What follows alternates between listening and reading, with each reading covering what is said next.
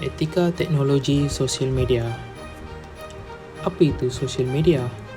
Mari kita teruskan video wawancara kesedaran media sosial ini.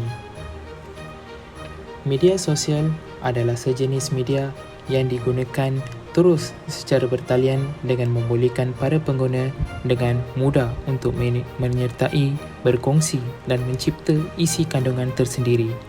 Contoh-contoh media sosial yang paling kerap digunakan oleh masyarakat kini ialah Facebook, WhatsApp, Instagram, YouTube, Telegram, Twitter dan sebagainya.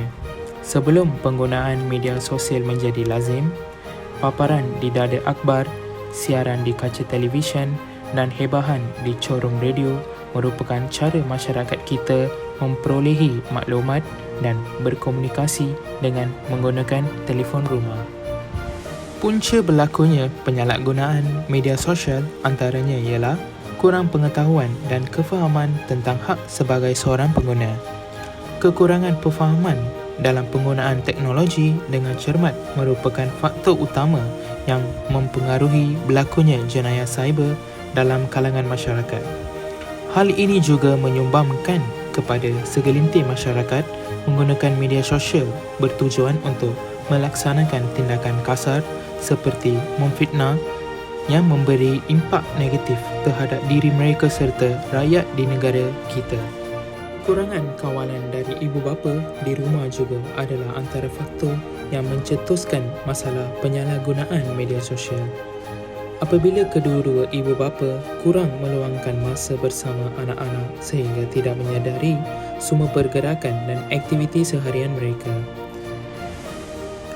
Hal ini akan menyebabkan anak-anak merasa bahawa diri mereka tidak disayangi dan boleh membawa situasi ini kepada anak-anak sering meluang masa di media sosial, berkongsi berita palsu, mengunjungi halaman pornografi dan sebagainya. Cyberbully atau buli cyber merupakan antara salah satu isu penyalahgunaan media sosial yang kian viral berlaku. Buli cyber boleh didefinisikan sebagai penyalahgunaan teknologi yang melibatkan penulisan teks atau pengunggahan bahan grafik seperti gambar atau video tentang orang tertentu di mana perkara tersebut dilakukan oleh seseorang yang mempunyai tujuan untuk mempermalukan, menganiaya, mengejek atau mengecam orang tersebut. Tambahan pula, perkara yang lebih teruk berlaku adalah teks, gambar dan video yang diunggah ke internet telah mendapatkan pelbagai komen dari pihak ketiga iaitu bystander yang turut mengambil bahagian untuk menghina serta mempermalukan mangsa dan impak mangsa akan semakin teruk.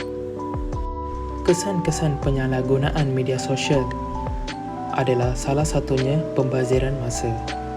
Semakin banyak masa telah dihabiskan oleh masyarakat di media sosial meningkatkan kemungkinan berlakunya buli cyber, kegelisahan sosial, kemurungan dan pendedahan kepada kandungan yang tidak bersesuai dengan usia.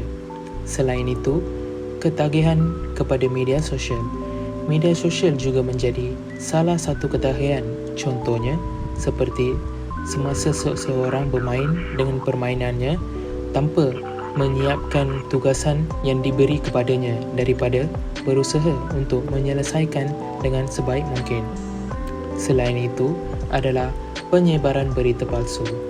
Penyebaran berita palsu pula individu-individu yang tertentu tidak menyadari sama ada berita yang diterima betul atau tidak, tetapi tetap berkongsi bersama kawan-kawan atau kenalan di media sosial. Hal ini menyebabkan sesetengah perkara atau berita yang palsu disebarkan ke seluruh rakyat Malaysia.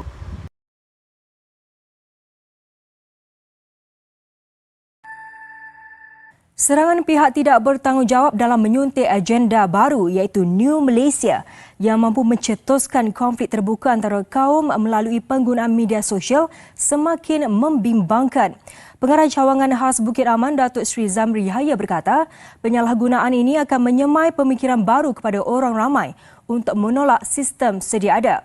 Jelasnya orang ramai semakin keliru dan jadi tidak menentu kerana maklumat telah diselewengkan sekaligus timbulkan kegusaran dan mengancam keharmonian negara.